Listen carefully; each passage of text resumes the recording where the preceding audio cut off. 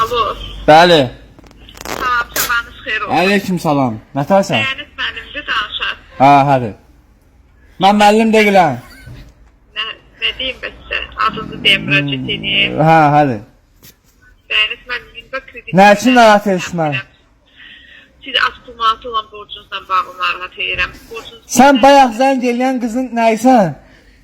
Hansı bayaq zəng vuran qızı nə olmalıyam ki mən? Yox, bayaq başqa bir dənə səsli qız zəng eləmiş bu nömrədən. Hə, başqa bir xanım zəng vurursa. Hə. Nə olubdu? Bir telefonu işlədirsiniz ki, yüz? Yo. Hə. Neyi görüb probleminiz nədir? Yox, mənim bütün bu nərmə nəslimi vurmuşsunuz bir-birinə söz. Mənim kimə borcum? Ay, mən harda almışam mən? Aspılmat sənsən? Yox, mən Aspılmanat deyiləm. Mən problemi kredit departamentindən zəng vurmuşam, baş ofisdən. Siz Aspılmanatdan kredit götürürsünüz, onu da ödəmişsiniz, indi də işi bizə göndəriblər. Aspılmanata 147 manat borcunuz var. Bax, eşitirsən? Hə.